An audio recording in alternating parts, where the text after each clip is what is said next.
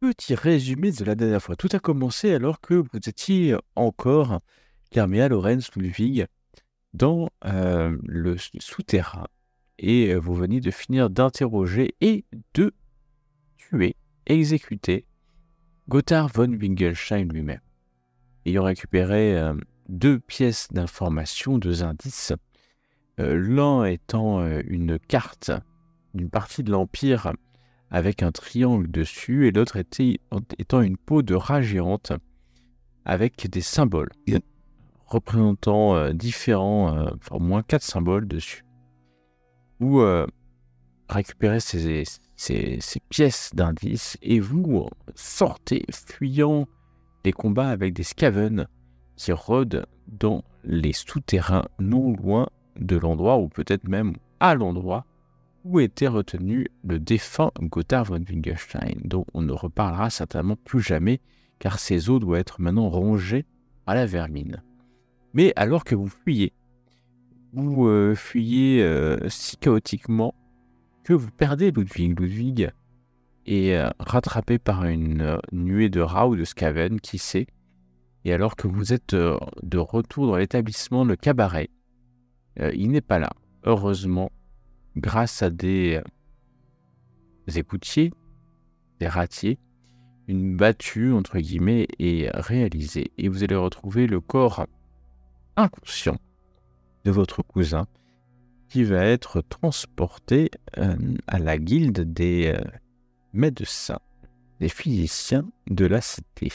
Et c'est là où maintenant il se repose pour se refaire une santé, sachant qu'il a été durement éprouvé par ce coup. Alors que la nuit est arrivée et que le soir est tombé, vous retournez à la caserne. Mais au lieu de voir Ulrich Schussmann en train de dormir, vous le retrouvez et c'est la nuit. Il est c'est d'ailleurs une heure assez avancée. Et vous allez retrouver Ulrich Schussmann à la caserne en compagnie de Chevalier Panthère, la garde d'élite du Graf et de sa famille. Et cela vous étonne, mais non seulement vous êtes étonné par la présence des Chevaliers Panthères, mais aussi par la découverte d'un rat mécanique. Un rat qui n'est autre qu'après avoir attrapé ce rat et l'avoir fait examiner par des nains ingénieurs, une machine et un mix de technologie humaine, naine, mais aussi qui se meut par la malle-pierre, par un morceau de pierre chaotique, dont vous connaissez maintenant l'étrange puissance. Clairement, une création d'homme-rat légendaire, comme veut la légende des hommes-rats. Il crée, et à l'époque, si ce n'était pas une légende, ce type d'objet avec la malle-pierre. Mais vous n'avez pas le temps de réfléchir outre mesure, car si les chevaliers étaient là, c'était pour un sujet d'importance. Car le casque, le casque de tueur de rats, de Skaven, du tueur de Skaven, Mandred, la couronne de Mandred a disparu. C'est un artefact religieux, saint, sanctifié peut-être, qui est présentement, ou qui était avant d'être volé, dans une chapelle sous le palais du Graf de Middenheim, le Midden Palace.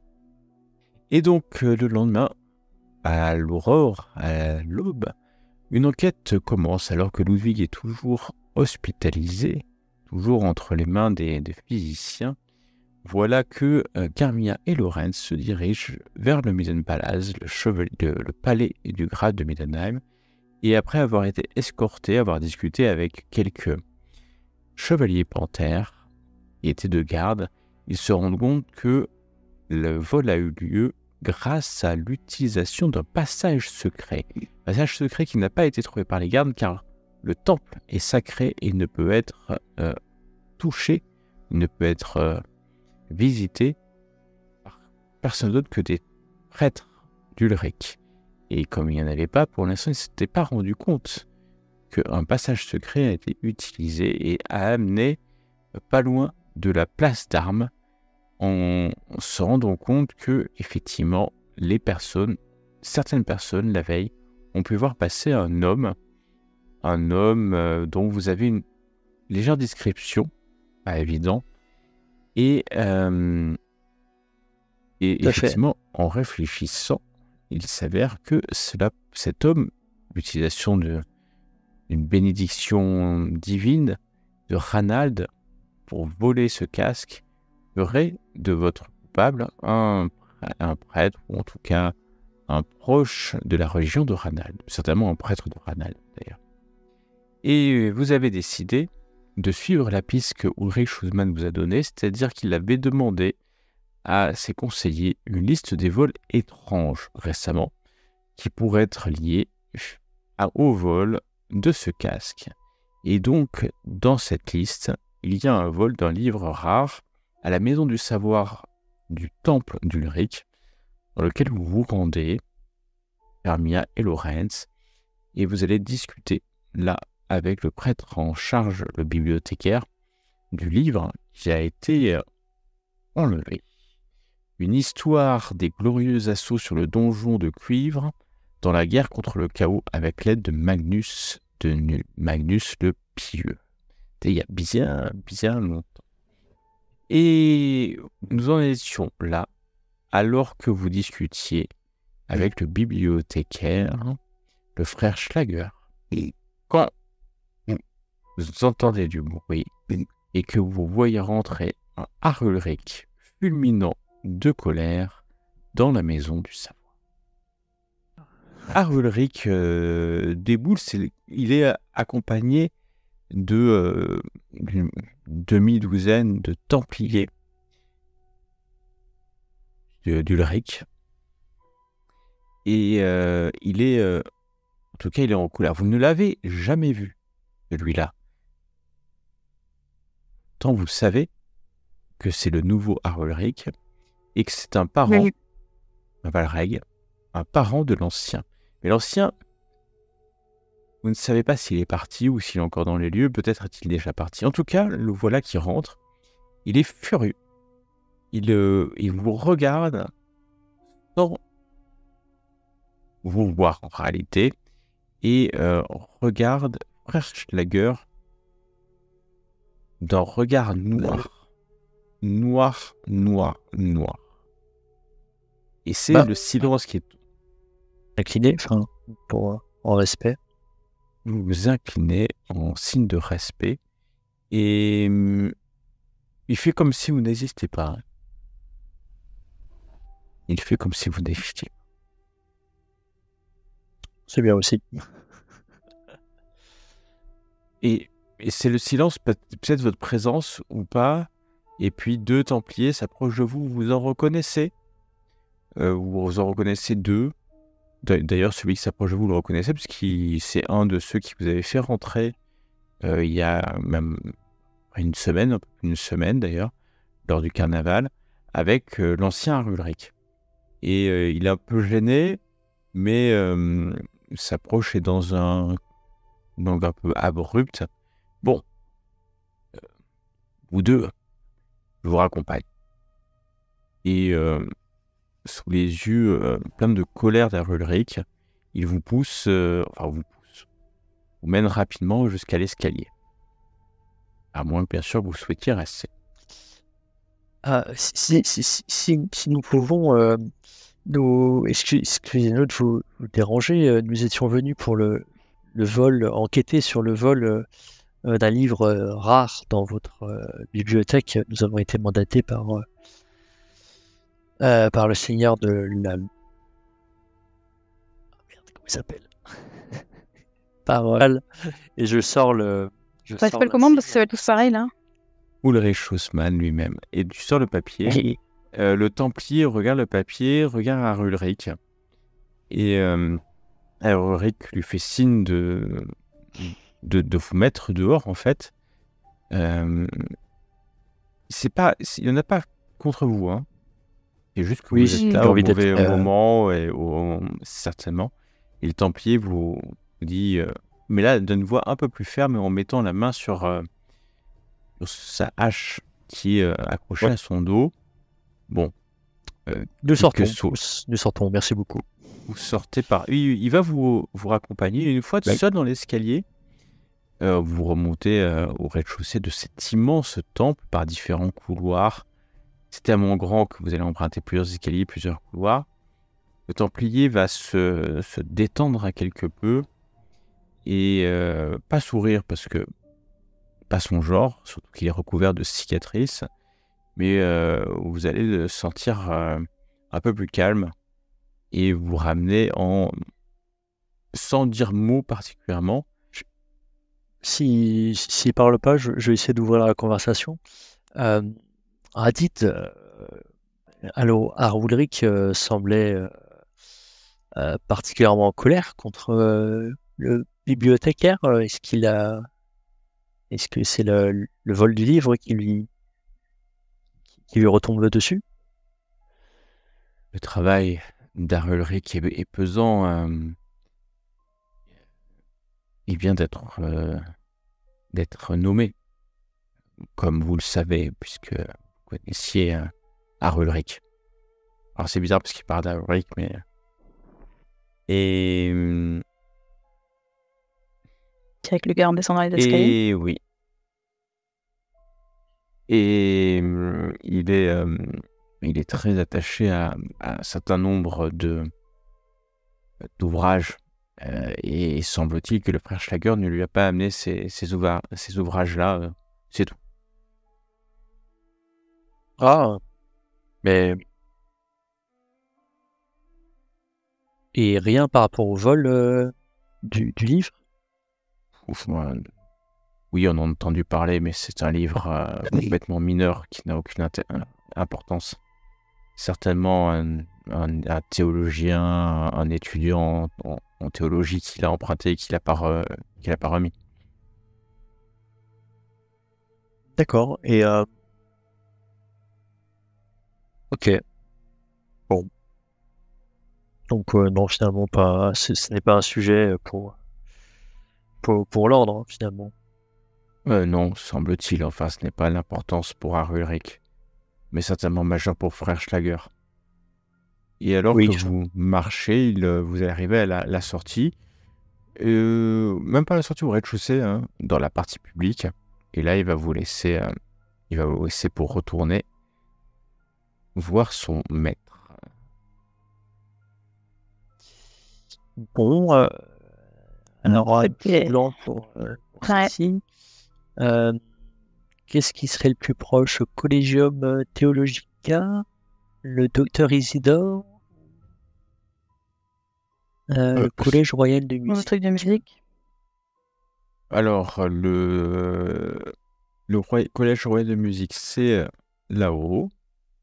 Le Collegium Theologica, c'est, vous connaissez, hein, c'est à côté du temple de Sigmar et de la guilde de magie. Et le dernier, c'est ici aussi. Pour l'astronome, il est dans le quartier du Collegium, de la guilde. Donc voilà, c'est à peu près tout dans le même coin. C'est-à-dire, si vous voulez voir Isidore ou le Collegium Theologica, c'est dans le même quartier. Et donc pas très très loin puisque vous êtes au temple d'Ulrich. Bon, peut-être, ouais. On va peut-être aller voir ça. Carmina. On va au plus proche. Allez, vous allez au plus proche. Vous allez trouver la demeure de Isidore Copernic à Freiburg. Et c'est une demeure, aucun rapport avec qui que ce soit ce Isidore Copernic. Et quand vous allez approcher, vous vous rendez compte qu'il est très très proche, hein, il est professeur d'astronomie et de mathématiques au Collegium Theologica. Il a des appartements juste à côté, c'est-à-dire dans une espèce de pension de famille. Et il a une grande pièce. Quand vous allez rentrer, il y a une pancarte. Il est écrit son nom en lettres dorées. Et il va être là. Alors, il n'a pas de serviteur et il va se présenter à vous quand vous allez toquer.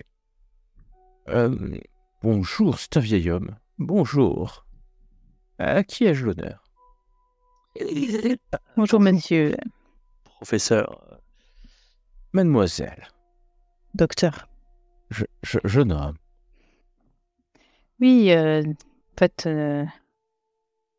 nous sommes missionnés par le Minden Marshall.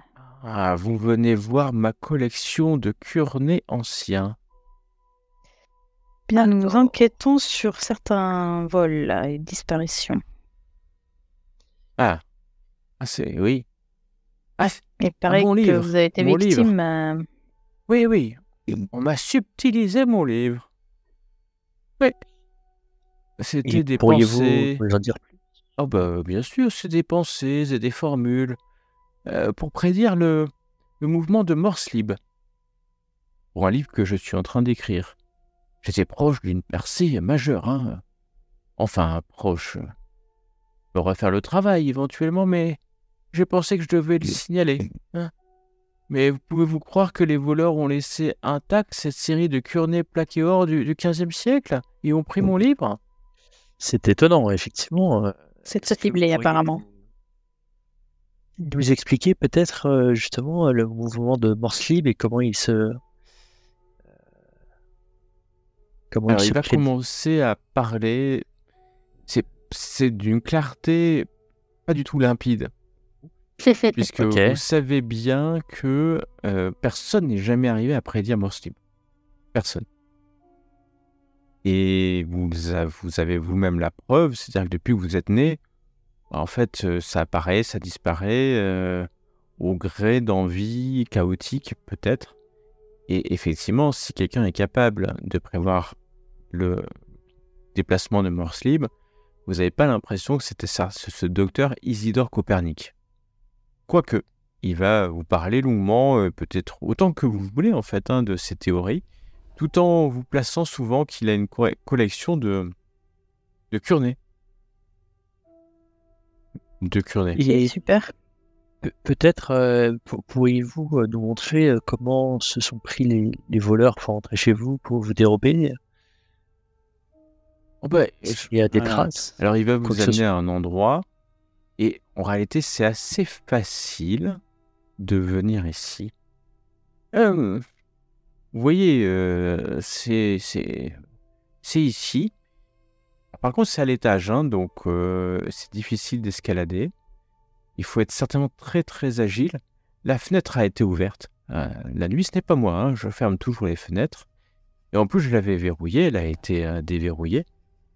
Et vous voyez que c'est de l'extérieur, oui. Et vous voyez une fine trace, comme si on avait crocheté la fenêtre. On l'avait déverrouillée. Mais oui. Vous dites les voleurs et m'ont pris mon livre, etc. Mais pourquoi est-ce que vous parlez au pluriel? Vous êtes sûr qu'ils étaient plusieurs? Vous avez eu des preuves de ça ou... Oh, mais c'est ma petite, aucune. J'imagine qu'ils étaient plusieurs, parce que comment pouvoir être là sur le rebord, tenir tout en ouvrant la fenêtre sans que quelqu'un vous aide, tout ça, ça me paraît... Pour ça que je pense qu'ils sont plusieurs.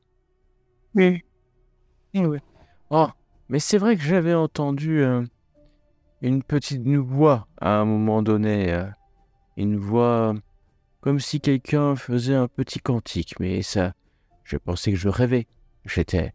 Et quand je suis venu en chemise de nuit avec mon bonnet sur la tête, et mon livre avait disparu. Et la fenêtre était ouverte. Oh, c'était juste après le carnaval. Le lendemain de la fin du carnaval. Ah oui, je me rappelle bien. Oh oui, je me rappelle bien parce que j'avais eu les deux assistants de la professeure Arch. Ah bon? Comment? Merci. Le Karl Zegnalter et Gaius et son compère Gaius là. Mais comment ça? Oui, ils étaient venus me poser des questions et il semblait qu'un de mes étudiants leur avait parlé de mes notes. Et ils étaient intéressés. Bon, enfin, les 2 assistants du professeur Arch. J'ai entendu dire que ils ont disparu il y a 2-3 jours. Oui, bah, ils Ouais, n'étaient pas c'est- très... Ouais. Pas tout à fait Alors, moi, honnêtes. alors moi, je leur ai montré le livre, mais comme il je me rappelle, parce que c'est le soir même qu'il a disparu. Après, bon, Ah, Oui, donc aucun lien entre les deux. non, pas de lien, parce que c'est 2 abrutis. Mm. Bon, ils auraient été incapables de faire ça. Et effectivement, en regardant la fenêtre, la hauteur, vous dites qu'il faut être quand même sacrément agile pour enfin, c'est quand même eux escalader qui ont là. volé les trucs des rats et tout, là. Alors, eux, ils ont échangé le corps des Skaven contre des hommes bêtes Des avec gros une rats. tête de rat, voilà. Une tête de gros rat. Oui, bah donc ils sont quand même pas tout à fait nets. A priori, pour vous, ils sont pas nets. Ça, c'est sûr. Et vous n'auriez pas entendu le bruit de comment dire, comme des dés qui auraient été lancés quelque part cette nuit-là. Non. Ah À part oui. ce cantique, c'est quelques espèces de chansons étranges. D'accord. Mais Vous je vous pense que souvenez je de certaines paroles ou... c'était... Et puis, je suis un peu dur de l'oreille avec mon âge, jeune femme. Ouais. Quelque chose comme la chance est avec moi, quelque chose comme ça. Ouais. C'est tout ce que j'ai entendu. Mais encore une fois, hein, peut-être rêvais-je. Est-ce que vous avez senti une odeur particulière? Non, pas d'odeur. Non. Si on s'approche de la fenêtre et qu'on regarde un peu l'extérieur, etc., on voit d'autres traces de grimpe ou de tissu qui auraient été juste raccrochés ou quoi. Tu vois que, à part, ça fait plusieurs fois que tu regardes là, hein, mais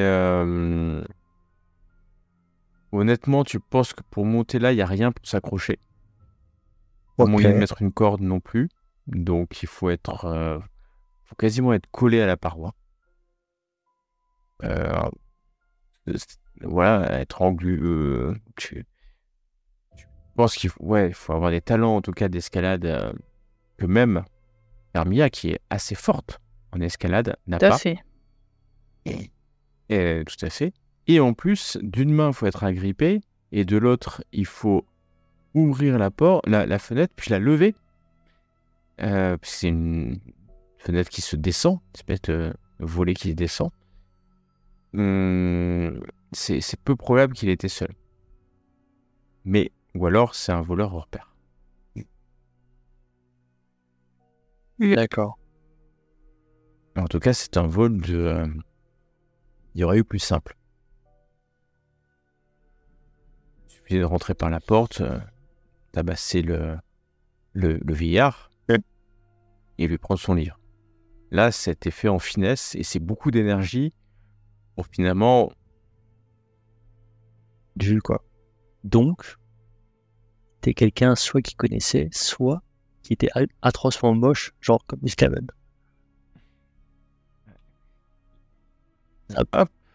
Oh là là. Voilà, c'est bien. Ça commence fort. Et Carmia, toi, t'es perdu. Hein, tu comprends rien du tout à cette scène. Non, il devait être plusieurs ou comprends pas. Lorenz, tu te dis effectivement que... Alors, ton idée, c'est que ça soit un homme rat. Non, c'est pas un homme rat. Il y aurait l'odeur caractéristique. Maintenant, vous savez, il aurait senti l'odeur. En revanche, il y avait plein de méthodes. Les 2 assistants, tu les as un peu pratiquées, quelques heures. Tu sais qu'il serait venu, il aurait assommé le vieux et pris le truc. Donc, c'est pas du tout le mode opératoire. Tu vois pas un des 2 assistants monter et d'une main ouvrir le truc. Donc, tu as quelqu'un qui... et ça te fait penser à un prêtre ou un fervent Ranald, puisque c'est des personnes qui agissent toujours avec finesse, doigté, jamais dans la violence. Et moi, c'est presque une signature. Surtout que tu as déjà ces éléments et ce cantique qui aurait été chanter peut-être justement un hymne, une ode à Ranald, ou une bénédiction ou un miracle, comme parfois Ludwig le fait avec Sigmar, et qu'il prie son dieu pour avoir une bénédiction. Ok. Voilà. Et je l'entends, professeur. En sortant de chez le professeur, je me tournais vers Carmilla. Bon, étant donné qu'à chaque fois, c'est des prêtres de Ranald qui ont volé les éléments, est-ce qu'on pourrait pas engager un prêtre de Ranald pour revoler ces éléments, pour voler à nouveau? Ça ne doit pas les déranger, tant qu'on paye. Comment tu veux les retrouver, les éléments? Bah, doit bien y avoir des endroits dans la ville où on peut payer un prêtre de Ranald pour dérober. Je me dis, il faudrait qu'on pense à les utiliser, un de ces quatre. Bon, on va continuer en tout cas nos pérégrinations. En tout cas, on a quand même un livre sur Morse Libre. Un livre, c'était sur les... La campagne menée dans les montagnes Ouais. Du milieu, donjon qui sont de juste à cuivre, côté, hein, avec le donjon de cuivre qui est une place forte du chaos, à quelques jours de cheval de Middenheim. Et le casque, surtout. Pas Et l'oublier. le casque. Ouais. Donc, oui, intéressant quand même. On va quand même voir le dernier. Il n'y en a plus qu'un, non? Il y en a deux non. encore. Encore encore deux. Bah, donc, moi, je pensais à la musique, là. Alors, juste à côté, il y a la bibliothèque du Collegium. Ou alors, vous pouvez aller effectivement à l'Académie de musique. Ah bah, si c'est à côté, on va à côté. Ok, en début d'après-midi, vous allez arriver au Collegium Theologica, à la recherche de la bibliothécaire Anis Petersburg. Bibliothèque que vous allez rejoindre, accéder assez rapidement. Vous connaissez maintenant le Collegium Theologica, puisque vous êtes venu assister à une dissection loupée. Vous aviez même essayé d'appréhender 2 apprentis qui ont disparu. Vous en connaissez même le recteur. Et donc, c'est en lieu connu que vous rentrez, que vous allez être reçu par la bibliothécaire. Qui, peut-être vous l'avez déjà croisée d'ailleurs. En tout cas, de loin. Et elle est étonnée de vous voir arriver tous les deux, puisque vous n'avez pas l'air ni de milicien, ni d'étudiant en théologie. Madame, bonjour. Nous sommes mandatés par le Middenmarschall Ulrich Schlussmann pour enquêter sur des vols qui ont eu lieu en ville et notamment chez vous, sur un livre assez rare qui aurait disparu.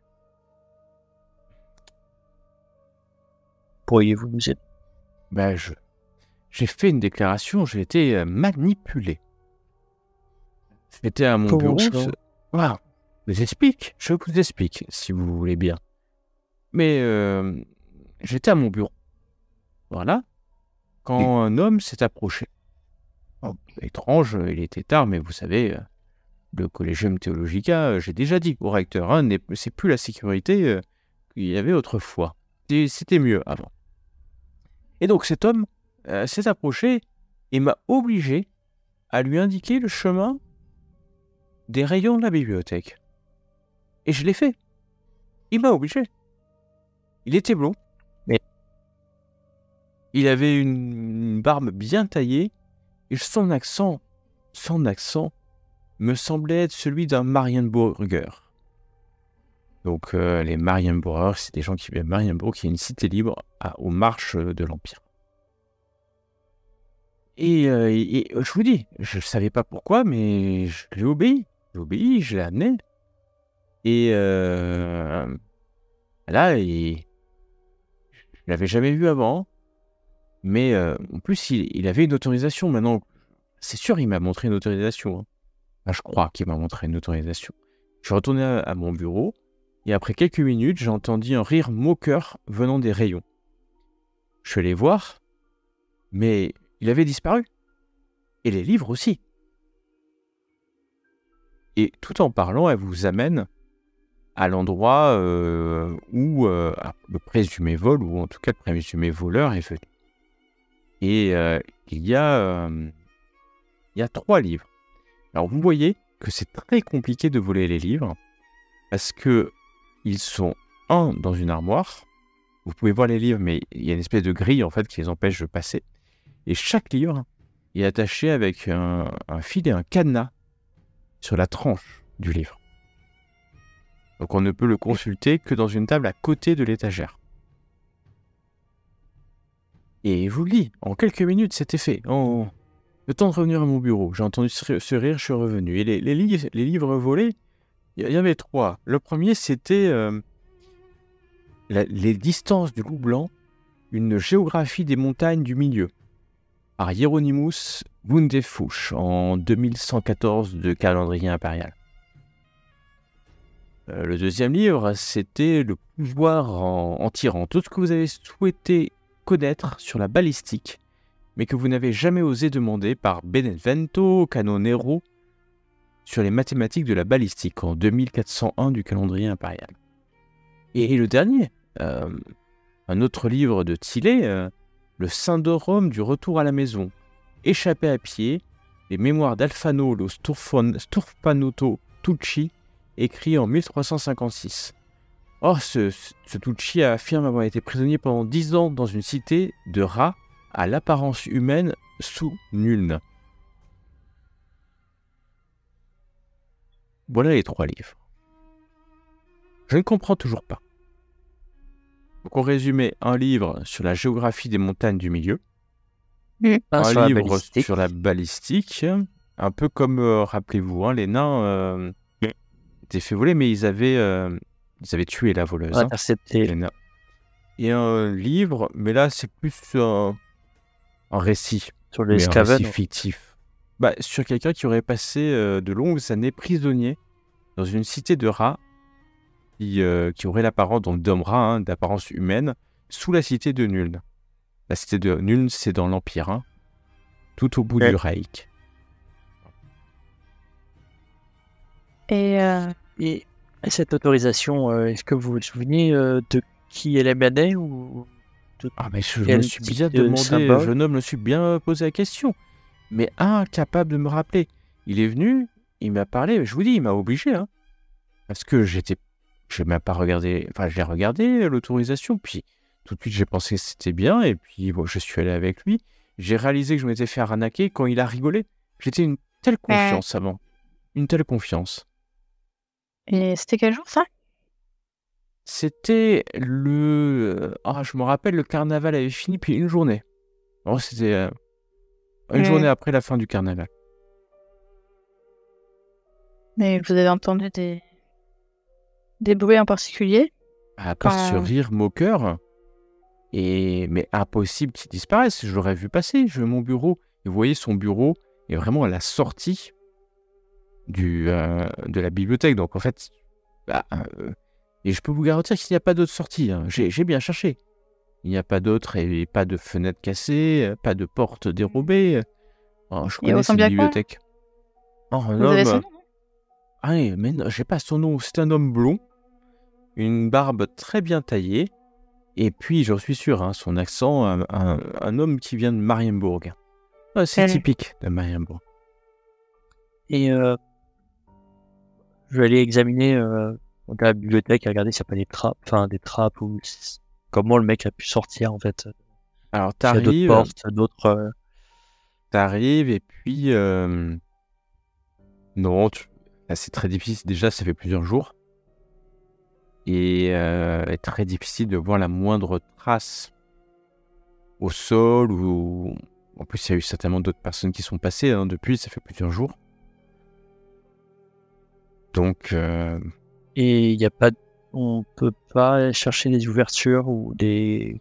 Alors, tu vois des grandes fenêtres en forme de vitraux, et qui ne s'ouvrent pas. Et puis, tu cherches un passage. Alors, tu vas prendre du temps. Il suffit de chercher, prendre du temps, mais vous ne voyez aucun passage secret ou une trace qui pourrait indiquer un passage. Comme si l'homme était repassé devant la femme et qu'elle ne l'avait pas vu, en fait. Ouais. Ok. Ou alors, pas du pissage, Ok. l'intuition.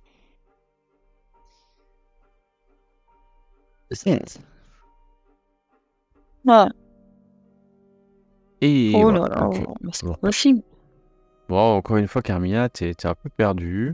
Ouais, pour Laurel- moi, c'est pas mon jour. Mais Laurel, tu te dis que c'est étrange en rire. Elle est venue dans les rayonnages, il a disparu. Certainement une manœuvre pour l'éloigner de son bureau et pouvoir sortir de la bibliothèque sans qu'elle le voie. Même si elle est persuadée qu'elle aurait dû le voir. Non. Et vous voyez tous ces Ok. rayonnages, tous ces... En fait, tu peux te cacher assez facilement. Si tu es discret, tu peux repartir assez facilement. Même... Alors, le sujet, c'est que les livres étaient assez gros. Enfin, c'est peut-être pas des grimoires, mais... Donc, dans un sac suffisamment gros pour qu'ils ne puissent pas le mettre juste sous le bras. Mais avec de l'habileté, la discrétion. Ouais, ça. Il peut C'est- tromper une personne qui est pas du tout habituée à C'est ça. un environnement, on va dire. Et qui ne se doutait pas et qui en plus certainement manipulé à la base. Donc tu refais, il y a plusieurs chemins plus ou moins discrets pour si elle a marché droit de son bureau jusqu'à cet endroit-là. Mais ce qui est étonnant aussi, c'est qu'il est venu au bon endroit directement. C'est-à-dire que ça a duré que quelques minutes. Il savait exactement ce qu'il cherchait. Dites-moi, madame, est-ce que quelqu'un avait posé des questions par rapport à ces livres dans les derniers temps? Ah bah alors ça c'est non. Non. Puis vous savez, la bibliothèque en accès libre de tous les étudiants, il y a toujours du monde. Et d'ailleurs, vous êtes l'après-midi, hein, il y a du monde dans la bibliothèque. Pas seul. C'est une bibliothèque d'un collège. Donc il y a des gens qui rentrent, qui viennent, mais les ouvrages sont tous consultés sur place. Il n'y a pas d'emprunt. Et vous Tiens, n'avez pas précision. de fiche de consultation, ça, Non. les personnes qui... On est bien, à part quelques livres rares, où je fais attention, la plupart sont libres. Les étudiants sont de... Nous faisons rentrer ceux qui sont habilités à rentrer, donc nous avons confiance en eux. Soit des étudiants, ne peuvent rentrer que des professeurs, des docteurs, des étudiants connus, ou des chercheurs qui viennent avec des autorisations.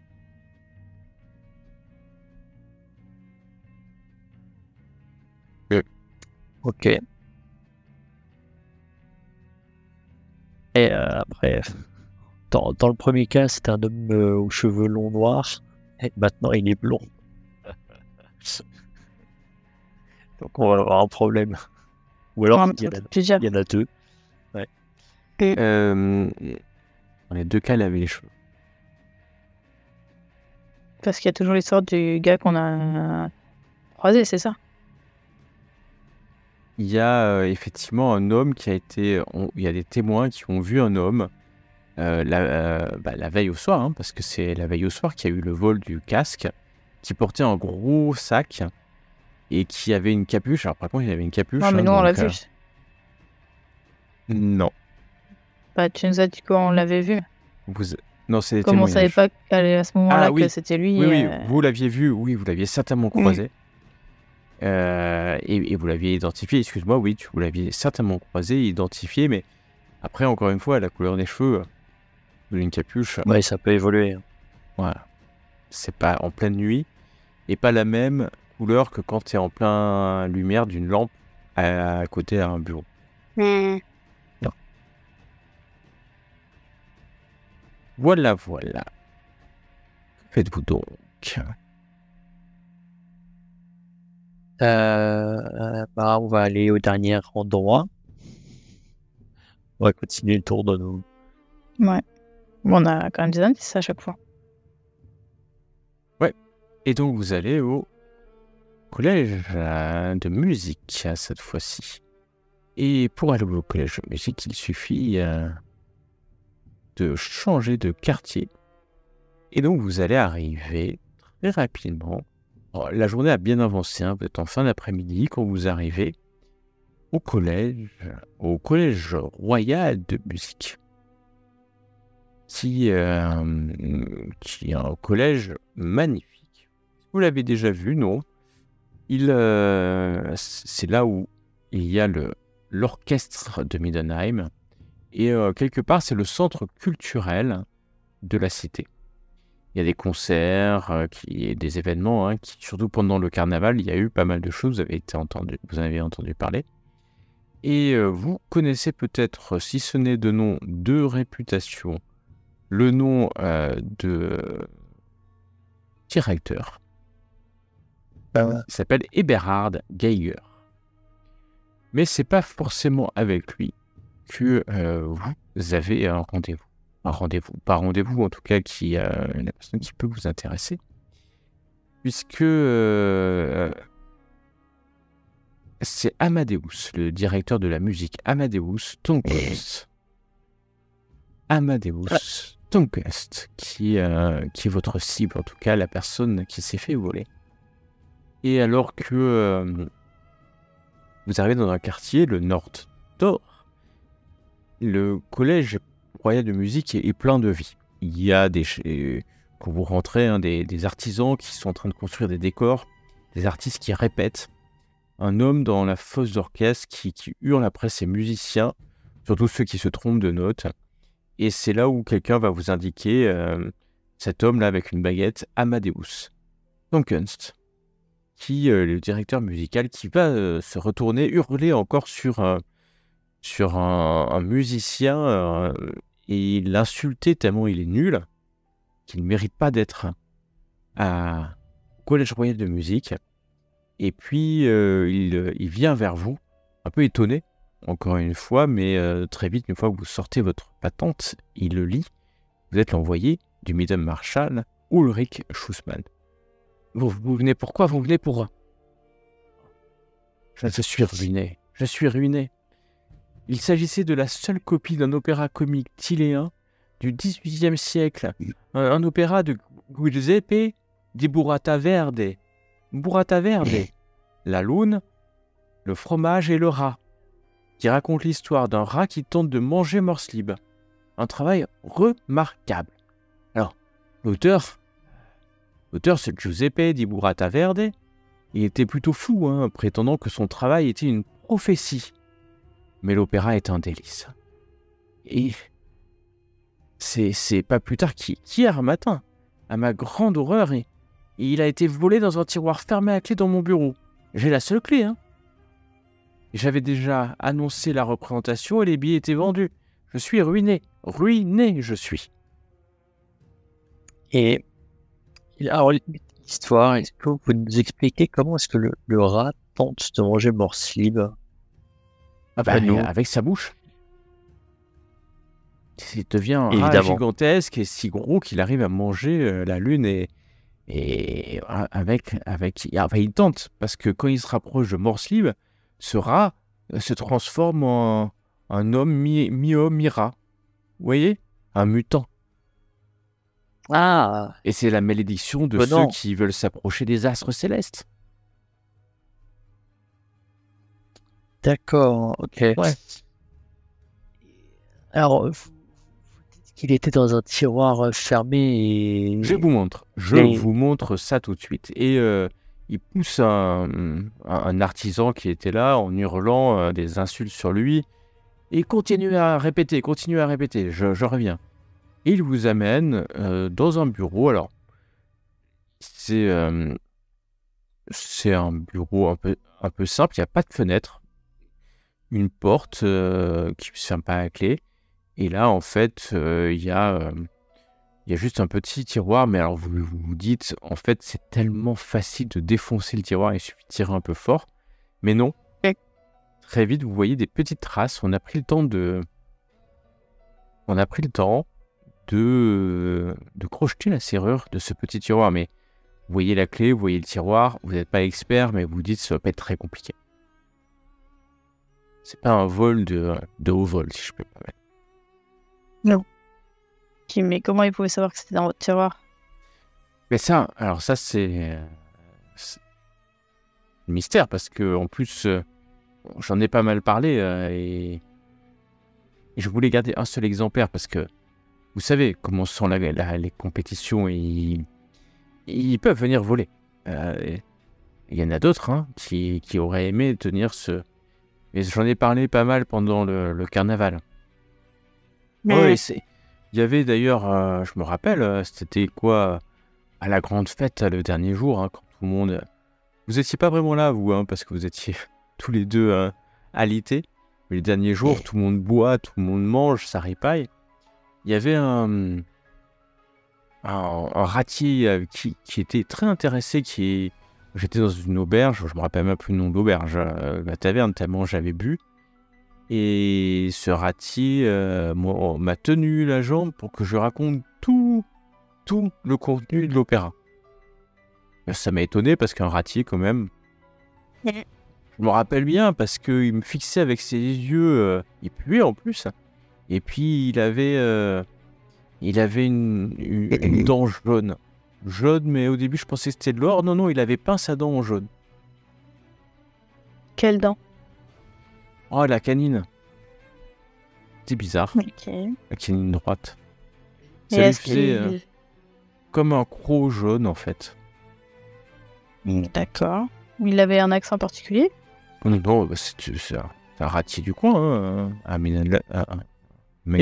gars de Midland. Physiquement, plutôt grand, les cheveux comment, les yeux de quelle couleur? J'avais bu tellement de vin de Tillet que je me rappelle, à part ses yeux, hein, qui me fixaient, et puis cette dent là qui arrêtait pas de ressortir, et puis il me posait et il se rapprochait de moi avec son haleine fétide de ratier. Je savais que c'était un ratier, hein, parce qu'il a posé son bâton et il y avait deux rats, ouais, deux gros rats qui étaient morts, hein, là. Puis il me parlait. Après, j'avais tellement bu. Et lui vous comme qui un autre. êtes un spécialiste, un artiste capable de reconnaître le meilleur chez les gens, vous avez justement dû remarquer ces yeux qui vous fixaient, de quelle couleur ils étaient, ou quelque chose dans sa démarche qui a dû vous frapper malgré la boisson. Non, bah, je vais pas vous mentir, pas du tout. Putain. Mais il puait, c'était un ratier, ça, j'en suis sûr. Il était tout seul ou il était accompagné? Oui, c'est tout. Bah, ils étaient beaucoup, hein, et l'auberge était pleine. Ah, ben, je sais pas, et il était là. Mais c'est vrai que il m'a reconnu. Alors, je me dis, qui, un ratier peut me reconnaître? Puis là, j'ai vomi un peu. Je me rappelle, j'ai vomi. Et après, j'ai repris encore du vin, faire passer le goût du vomi. Et il y avait une saucisse à côté. J'ai pris un bout de saucisse. Et puis là, il me parlait, il me posait. Il n'arrêtait pas de me poser des questions. Et en plus, il m'avait appelé par mon nom. Alors, j'étais flatté qu'un ratier me connaisse. Ouais. Voilà ce que je peux vous dire. Que vous dire de plus sur cette personne.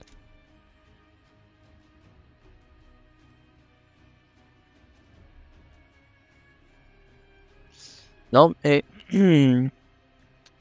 écoutez, merci pour ces indications. Personne dans votre entourage n'a remarqué quelqu'un d'inhabituel au moment de la disparition? Non. Non, j'ai demandé. J'ai fait le tour. Je pensais que c'était un autre membre du collège de musique, mais force est de constater que non. En tout cas, si vous le retrouvez, je vous serai redevable toute ma vie. Nous allons faire de notre mieux. Est-ce qu'on a Merci à vous. Je vous en prie. Et vous voilà ressorti du collège royal de musique avec les informations dont vous disposez. Avec royalement pas grand-chose. Non, si bon, on a On a quand même quelques éléments. Qu'on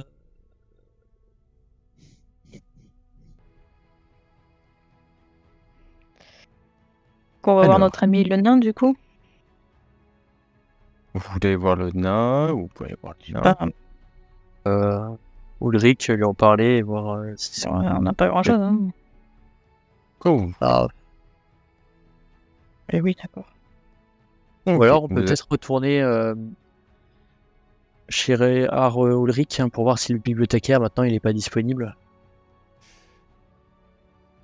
Maintenant qu'il s'est pris une Tu boost peux, bien par sûr. le grand patron. Donc, Maison du Savoir, Non, Ulrich, par contre, le nain. après si, enfin tu vois, il parle d'un ratier, un bâton avec 2 rats dessus. Est-ce que nous ça nous parle comme étant un symbole des ratiers ou Oui, c'est oui, plus oui, quelqu'un qui a un bâton avec des rats dessus, c'est un ratier. En même temps, est-ce que c'est facile de faucher un bâton à un Oui. ratier? Oui. Oui, voilà. C'est facile. Faire l'odeur du ratier, c'est plus compliqué parce qu'il a l'odeur d'égout, du rat. Ouais, on peut Mais finir de les on a pu, bien entendu, c'est tous les ce type de personnage est complètement le contre-frère. Si on se déguise facilement, pas de problème. Non, par contre, ce qu'on pourrait peut-être indiquer à Ulrich Schussmann, c'est qu'il y a bien les 2 assistants qui étaient dans le coup, et que si on peut leur mettre la main dessus, ce serait un avis de recherche Oui. intéressant. Et le deuxième, c'est que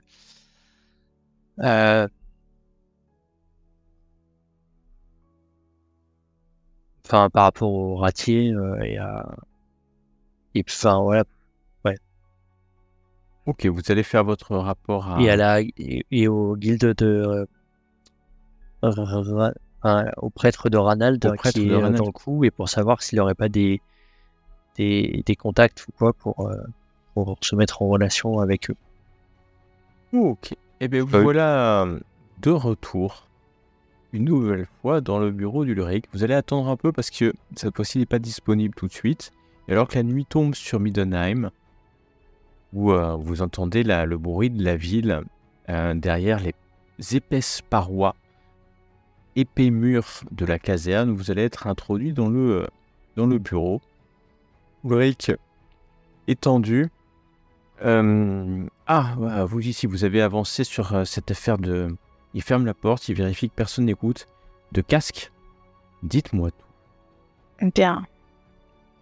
Nous avons eu plusieurs informations. Nous allons tout vous expliquer. On lui explique Tu lui différentes expliques informations. tout, sans rien cacher. Très vite, il va noter quelques mots. Surtout, il va tiquer au nom de Ranald. Des livres. Alors, lui, les livres, il n'y a pas vraiment de lien. Il avait... C'est étrange, tout ça. Mais il se rappelle du rat que vous avez chopé la nuit dernière.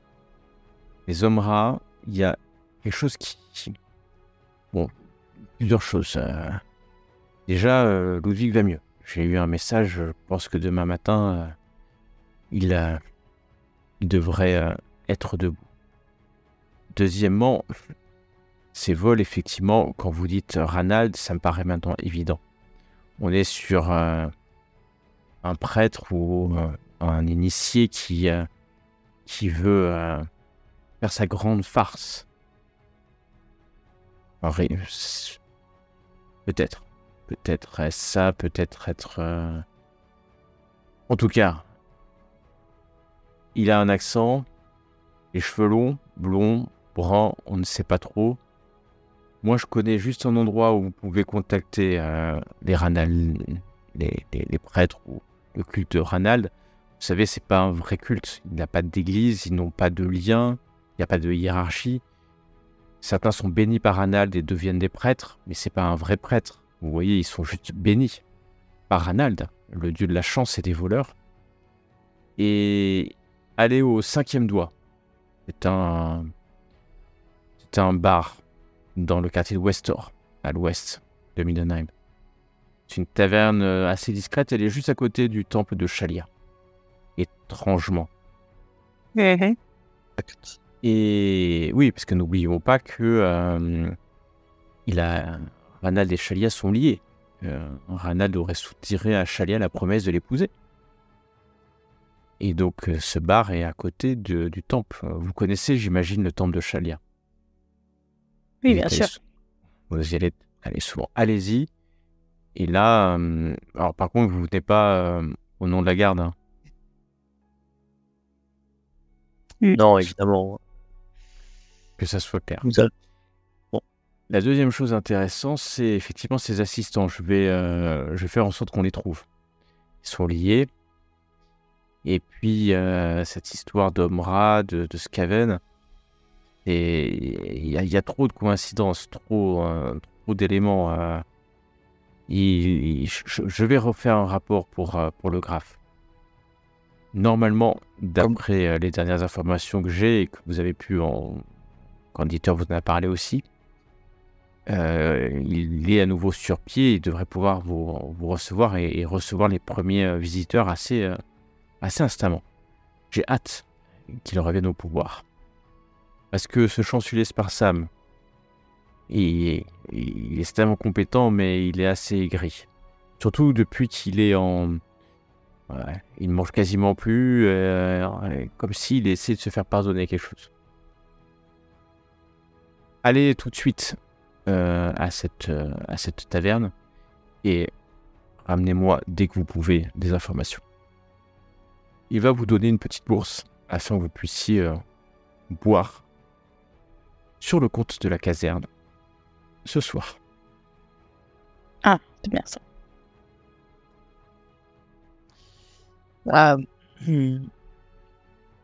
Entendu, merci à vous.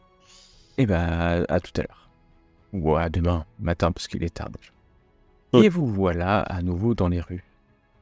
Alors, peut-être, comment est-ce que on aborde la situation dans l'auberge? Est-ce qu'on demande, on cherche à engager un initié de Ranald pour dérober un objet, alors je sais pas quoi, et on lui demande de nous prouver qu'il est capable de connaître ces derniers, enfin de le faire parler, ou comment est-ce qu'on s'y...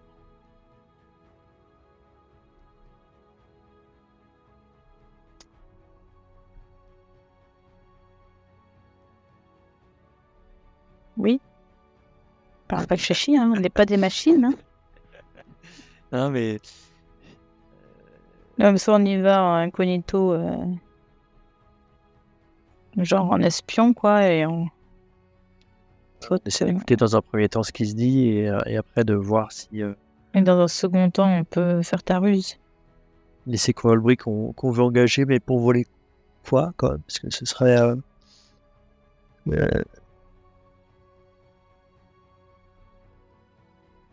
c'est ça Que c'est un vrai truc ou on invente n'importe quoi? peut-être un vrai truc, quand même. Il va falloir qu'on lui donne un minimum d'indication. On pourrait... on va voler un truc à notre cousin. C'est ce que je suis en train de penser. Il a pas une bague de Sigmar ou quoi? Ah ouais, il a son marteau. Ça fait les nazes. On profite de la faiblesse. Alors, s'il a son marteau, il a pas d'autre objet, on va dire, typique de Sigmar auquel il y aurait un fort... Bah si, il a son symbole de Sigmar qu'il a autour du cou. Il a un livre. Ok, il mais... a un livre sur Sigmar et Sigmarite.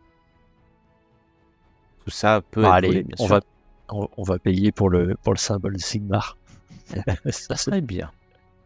Et donc, vous voilà discutant de votre plan rigolo, aux dépens de votre cousin, certainement, alors que la nuit est tombée dans T'es la méchant. cité, et méchant ou pas, vous passez non loin d'ailleurs de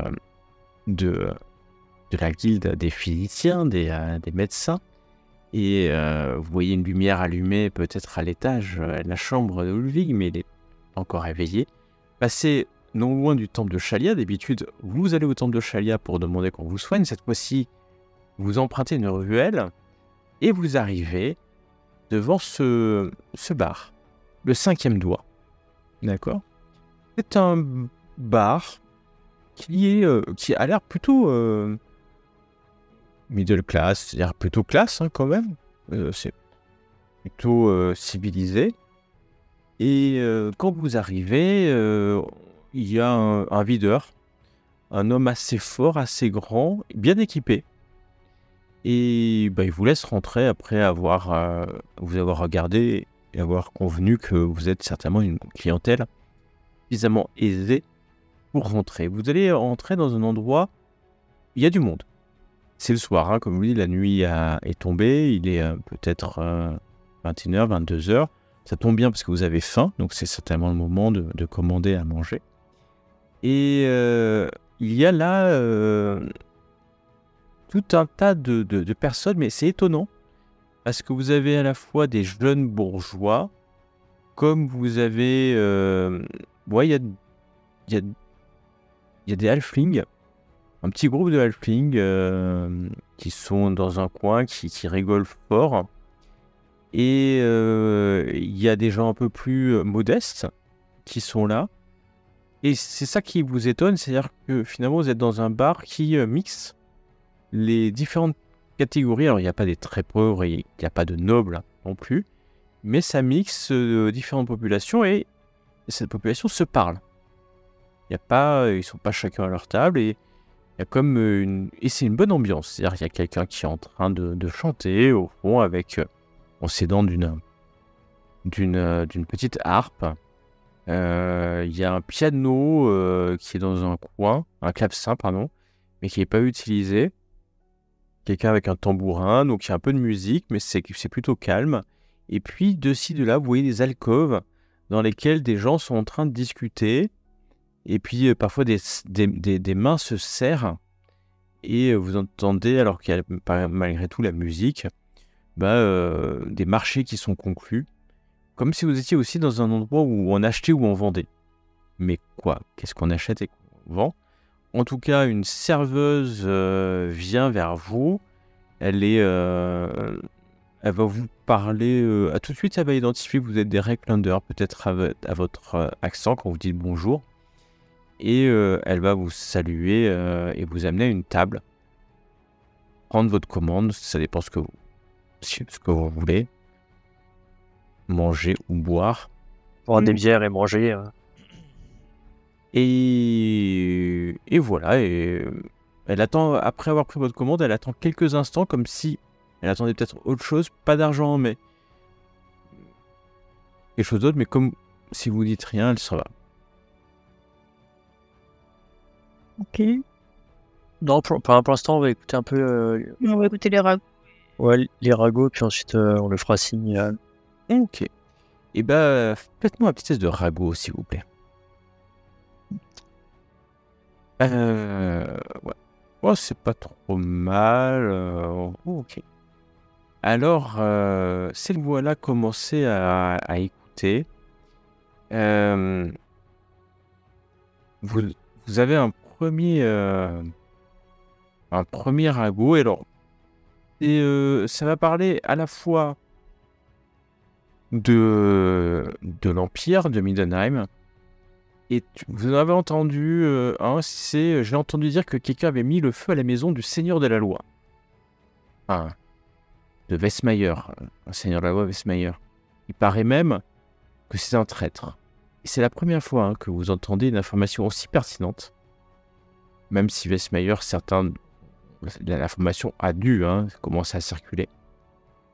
Il paraît que a tellement brûlé que on l'a vu dans la fumée dans toute la cité. Moi, mon idée, c'est qu'il n'y a rien de naturel dans cet incendie. Il y avait des petits visages rieurs dans les flammes. La vérité, c'est que ce Seigneur de la Loi, bon débarras si c'était un être du chaos. Où qu'il soit à présent, j'espère qu'il est mort misérablement. Donc, vous vous rendez compte que l'information autour de Westmayer est en train de circuler dans la ville. Et que les personnes les plus les mieux informés, ou en tout cas de plus en plus de personnes, sont au courant que c'était un traître. Alors que on avait bien entendu demandé la plus grande confidentialité. Vous savez que beaucoup de personnes, enfin, il y a eu les chevaliers panthères, il y a eu des servants, etc. Donc, bien entendu, l'information est en train de circuler. Vous allez entendre un autre. C'est un homme qui... Ah ben moi, je suis en train de faire fortune grâce au bois. Je vous le dis, hein, avec les Ulrichiens qui mettent le feu aux maisons Sigmarites et les Sigmarites qui mettent le feu aux maisons Ulrichiens, tout mon bois de construction entre à peine dans mon entrepôt. C'est bon pour le commerce, mais c'est moins bon pour la paix. Et là, il va dire un mot, vous avez du mal à voir. Vous comprenez qu'il vient de prier Ranald. Ranald m'en est témoin. La chance est avec moi.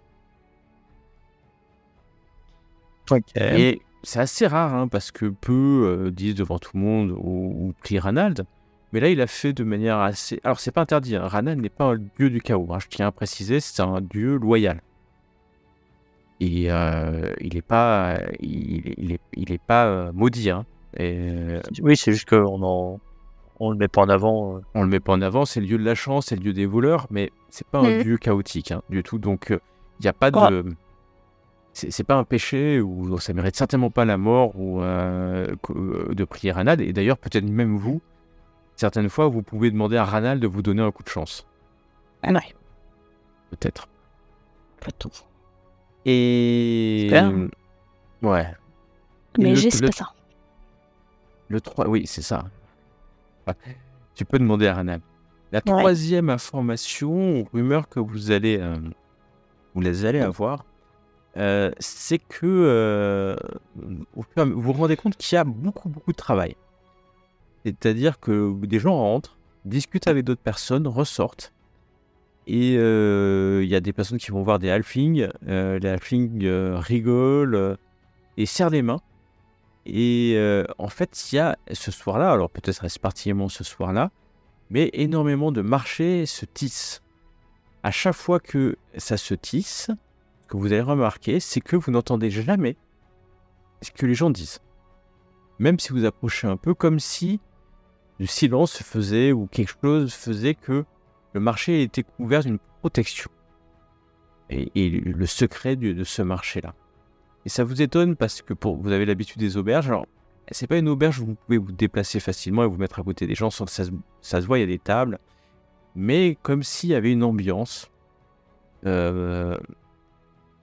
propice au secret, aux discussions clandestines et de manière très naturelle. Ça sent Ranald à plein nez, ça c'est sûr. Alors, à défaut de ouïr, je vais faire très attention à voir s'il n'y a pas un type qui ressemble à ce qu'on a pu... On va regarder les humains. Déjà, il y a beaucoup d'humains ou c'est quand même majoritairement... Oui, c'est une grande majorité d'humains et le reste, quelques halflings. Une poignée d'halflings et le reste, c'est des humains. Des humains, comme je vous dis, de différentes classes sociales. Et c'est ça qui est étonnant. Et ça rentre, ça sort. Alors, c'est pas non plus des dizaines de personnes, hein, mais ça rentre, ça sort, ça discute dans des alcôves. Mais c'est pas des marchands. Vous voyez bien que c'est pas des gens qui viennent marchander. Il y a une femme, à un moment donné, qui vient. Elle est légèrement encapuchonnée. Et elle va voir un homme qui semble la rassurer. Et puis après, la femme part. Vous voyez un sourire sur son visage. Et encore une fois, je précise, Ranald n'est pas un dieu des assassins et on vient pas pour payer quelqu'un pour tuer. C'est du vol, de la chance. Peut-être même être béni avant un voyage périlleux. Ça peut être ça aussi. Mais vous sentez... c'est pas, j'allais dire pas, c'est pas calme, hein. C'est plein d'énergie. C'est un lieu plein d'énergie. Que faites-vous donc ? On voit pas dans la foule, en tout cas, on va être attentif à ce qu'il n'y ait pas un bonhomme qui puisse correspondre à l'un des... Je te le dirai, hein, tu regardes. Aspects, pour l'instant, tu vois personne. Cheveux longs, moustache, avec un accent de Marienbourg. On va faire un signe à la serveuse. Tout de suite, la serveuse vient et a un sourire en disant « Je savais bien que vous n'étiez pas venu par hasard. » Vous cherchez peut-être quelqu'un, un service On cherche quelqu'un qui pourrait nous aider à récupérer un bien. On a besoin d'une grande agilité, je dirais. Oh, n'en dites pas plus, vous êtes au bon endroit. Est-ce que vous souhaitez C'est fort peut-être aimable. quelqu'un en particulier On nous a dit plus grand bien d'une personne à la dent jaune. Mais écoutez, À la dent jaune. nous vous faisons confiance. Je ne connais personne qui a... Enfin, des dents jaunes. Si, elle peut quand même connaître des gens qui ont des dents jaunes. Mais là, non, ça me dit rien. Vous pouvez être un peu plus spécifique. J'ai des cheveux longs et je lui donne une pistolet d'argent pour l'aider à trouver. Non, mais dents jaunes, ça me dit rien.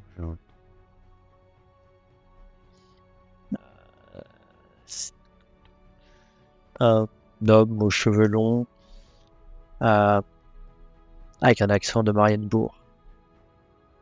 Ah, alors, elle va revenir, et là, vous allez voir pour la première fois, étrangement, c'est comme si vous ne l'avez pas vu, que derrière le bar, il y a une gigantesque femme aux cheveux roux qui va vous regarder. Vous vous rendez compte que, en fait, alors qu'elle va vous regarder, il y a d'autres regards qui sont sur vous. En fait, depuis que vous êtes là, sans vraiment que vous vous en étiez rendu compte, on vous tient à l'œil. Et derrière le bar, il y a la statue. Et c'est maintenant que vous le voyez, c'est étrange, peut-être parce que vous avez demandé un service. C'est la statue d'un voleur, clairement, hein, d'un voyou, qui est en train de rire et qui tient un bol sous une pancarte où il y a écrit, il n'y a que Carmilla qui peut le lire, « Souviens-toi de la coupe ». Ça ne veut pas dire grand-chose pour vous, mais la barmaid, en tout cas, vous fait signe à tous les deux de venir vers le bar. Ok. C'est une gigantesque. on y va. C'est certainement une Kislévite, une femme du Nord, bien au Nord. Gigantesque, elle doit mesurer peut-être 1m90, 2 mètres. Et alors qu'elle s'approche, que vous approchez, elle vous regarde avec des yeux un peu noirs, elle sourit. Souvenez-vous de la coupe.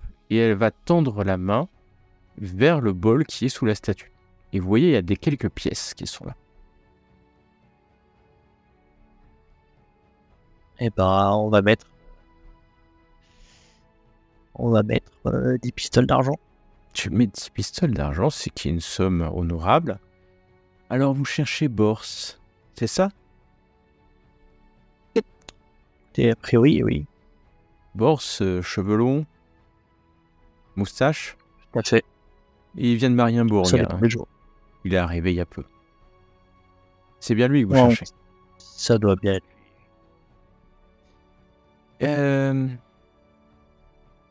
Je peux toujours organiser une rencontre, mais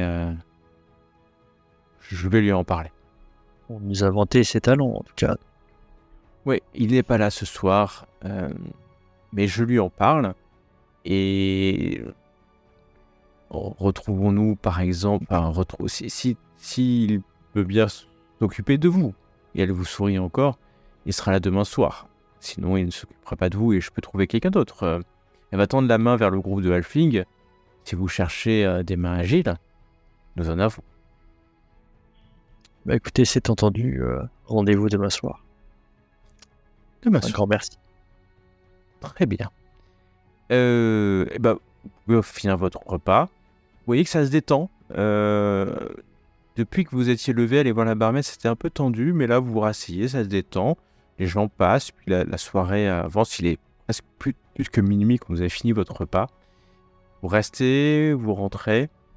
Non, on va rentrer, je pense. Ok. Vous partez dans... Alors, c'est la nuit. Hein. Heureusement que vous n'êtes pas très très loin de votre auberge, puisqu'elle est juste là, dans le quartier à côté. Et vous commencez à marcher en pleine nuit, quand tout à coup, vous allez entendre un bruit. Pas une ruelle, mais dans la rue, il y a un enfant qui est au sol. Il est un peu prostré. Il est seul, il doit avoir 5-6 ans. Et puis il pleure comme ça. Il pleure Ouais, mais Ouais, tu je vais aller sais, voir. tu t'approches de lui. Toi, Lorraine, tu vois que il est un peu à l'écart hein, de la rue. Il n'y a pas grand monde, il n'y a plus personne depuis. Enfin, il y a beaucoup moins de monde dans les rues depuis que le carnaval est fini, surtout la nuit. Et là, en gros, Ah, vous alliez Alors, traverser le pont je et je vais me Carmilla s'est mettre sur approché. mes gardes. Je vais me Te mettre mets sur mes sur tes gardes. gardes parce que j'ai peur d'un guet-apens. Voilà. Mes dernières expériences dans des ruelles n'ont pas été bonnes. Et Lorenz Carmilla, est sur ses gardes. tu t'approches alors que Lorenz, tu mets la main sur ton épée. Et oui, Oui. t'es un enfant. Je vais demander qu'est-ce qui se passe, tu es tout seul hein? Et il se lève, et tu vois c'est comme s'il avait des larmes. En fait, non, il n'a pas de larmes. Il pleurniche, tout simplement. Il a quoi, 5-6 ans, peut-être? Il est crasseux. Et il te regarde, vraiment, il te détaille. Il regarde ton visage comme si il te connaissait ou il cherchait à te reconnaître. Et il va s'approcher de toi et te mettre, essayer de te prendre dans les bras, en fait. Hein. Ouais. Euh, Il a l'air inoffensif. Fais-moi un test de perception. À plus de 20. On fait peur là maintenant. À combien? Plus 20. Oh là là. Oh, ok. Succès, très bien. Tu vois que il touche les épaules comme ça, il descend un peu, peut-être pour aller vers une poche, puis il s'arrête. Et il se repousse comme s'il avait peur de toi et il se met à courir en partant. T'es sûr qu'il t'a pas volé, hein, il a rien dans ses mains. Et il se met à courir et très vivement, hein, tu me dis si t'agis, il court dans une ruelle et il passe par un petit, en fait, petite ruelle, mais où juste seul un gamin peut passer, un volet cassé dans une maison, et il disparaît là. Mm. Il n'a pas, tu Je n'as pas agi, vérifie mes poches. il est Donc. parti. Tu vérifies tes Bah poches, ouais. non, tu trouves quelque chose. Ah, Tu je trouves quelque regarde. chose. Toi, Laurence, hein, t'as vu ça, tu me dis, hein, si t'agis, tu me dis, hein. Bien sûr. Pour l'instant, je vois juste que le gamin est parti. Non, je continue à faire attention, à regarder les alentours. Je laisse. Ok. Tu regardes de l'alentour, il n'y a personne, à part ce gamin qui a disparu en un instant. Mais c'était quasi impossible de l'attraper. Hein. Le volet cassé était juste à côté. C'est que pour sa taille, tout petit. Et il y a écrit, alors tu as du mal à lire, il y a Manslib, la lune qui illumine un peu la cité. Tu lis une note, c'est écrit « Le puits de la place de la Pitié. 1 heure. » Mais il n'y a pas de signature.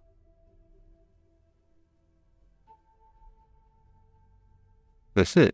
Ouais. Attends, tu peux redire?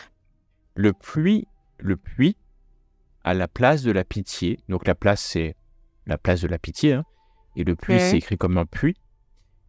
1 heure. Donc c'est un lieu. Alors est-ce que vous connaissez? C'est un lieu qui est pas très loin d'ailleurs de votre auberge. Ouais. Parce que c'est dans Sud Garden, mais il faut suivre traverser ces grands ponts là qui enjambent et le puits est là et c'est une place. Une place Il est où les quelle heure gens. là? Il est un peu plus de minuit. Un peu plus de minuit. Quand vous êtes parti, il était 1 un heure, peu plus de minuit. Ouais. Ça peut être 1 heure Ça du peut mat être ou 1 heure ou ça peut être dans 1 heure. C'est pas très clair. ça peut être 1 heure de l'après-midi aussi ou ils disent pas pareil 1 heure d'après-midi, 1 heure du mat? Bonne question. Non, alors c'est 1 heure, 1 heure. C'est pas l'après-midi. Ok. On va dire que c'est comme nous. Et en fait, comme c'est de l'anglais, c'est 1 hour. Donc, c'est dans 1 heure. 1 o'clock. C'est pas 1 o'clock, One c'est 1 hour. hour. Ah. Bah, je montre ça à Voilà. mon cousin. Tiens, regarde. C'est un billet de rendez-vous dans 1 heure au puits de la place de la Pitié, ça. C'est ça. Tu es pas très loin, hein, c'est à Sud Garden. Est-ce que ça C'est pourrait bizarre, être, hein. Ça pourrait être le rendez-vous fixé par notre homme de Ranald qui modifie les règles, hein, peut-être. On aura intérêt à vérifier. Donc, on en est. Les pistes Ouais. sont bonnes. Faut pas qu'on se fasse savoir, quoi. Mais tu es après.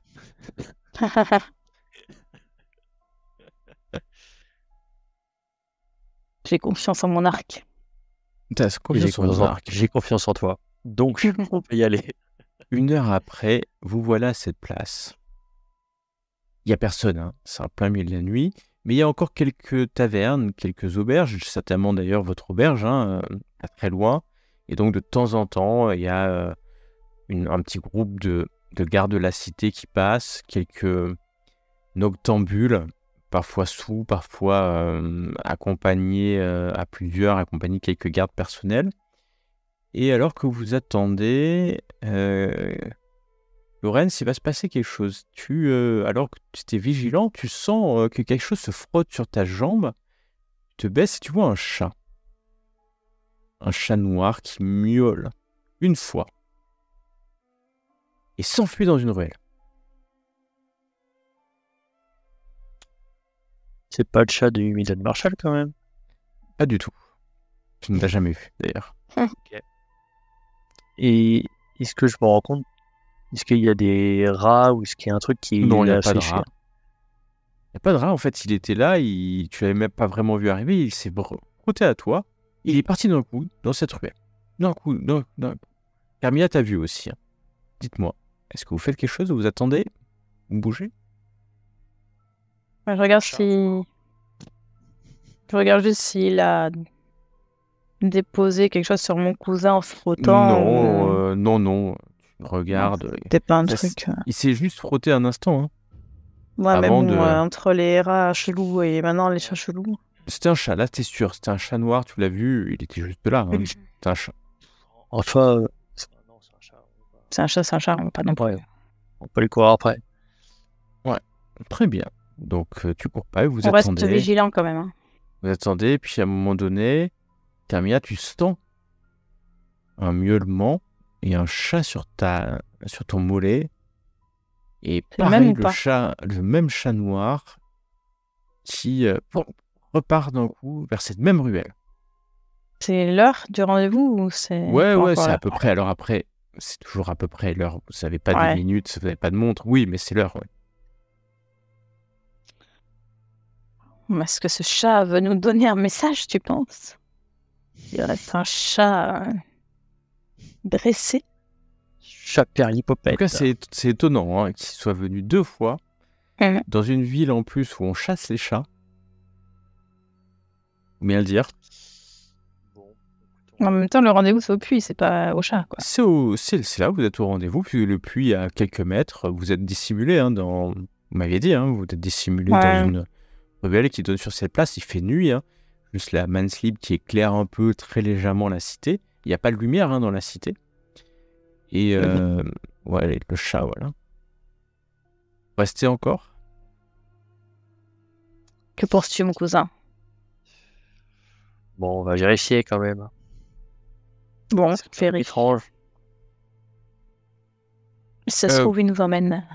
Ok, bah vous suivez ce chat, hein, vous restez pas là. Vous allez suivre ce chat et arriver dans une ruelle. Il y a pas de chat. Un peu plus loin, cependant, il y a une lampe à huile qui éclaire la devanture d'une taverne locale qui s'appelle Le Loup et l'Agneau. Le Loup et l'Agneau. D'accord. Et puis, il y a un homme qui est assis. Alors, devant cette taverne, il y a des tonneaux. Hein, c'est assez traditionnel dans Middenheim, comme dans beaucoup de villes de l'Empire. Devant les tavernes, il y a des tonneaux où les gens peuvent venir manger ou boire ce qu'ils ne sont plus commandés à l'intérieur. Mais là, il est tard. Hein. Il est tard. Il y a encore quelques personnes dans la taverne. Il y a un homme qui est assis sur le tonneau. Et alors que vous déboulez dans la ruelle, enfin vous rentrez dans la ruelle, Il fait très sombre, l'homme tourne la tête vers vous, hein, de manière assez naturelle. Et puis va sauter du tonneau au sol, ouvrir la porte, et avec un accent de Mariembourg, vous dire Ah, « Je suis Bors. Vous souhaitiez me parler ?» Il rentre dans la taverne. La suite, la prochaine fois. il était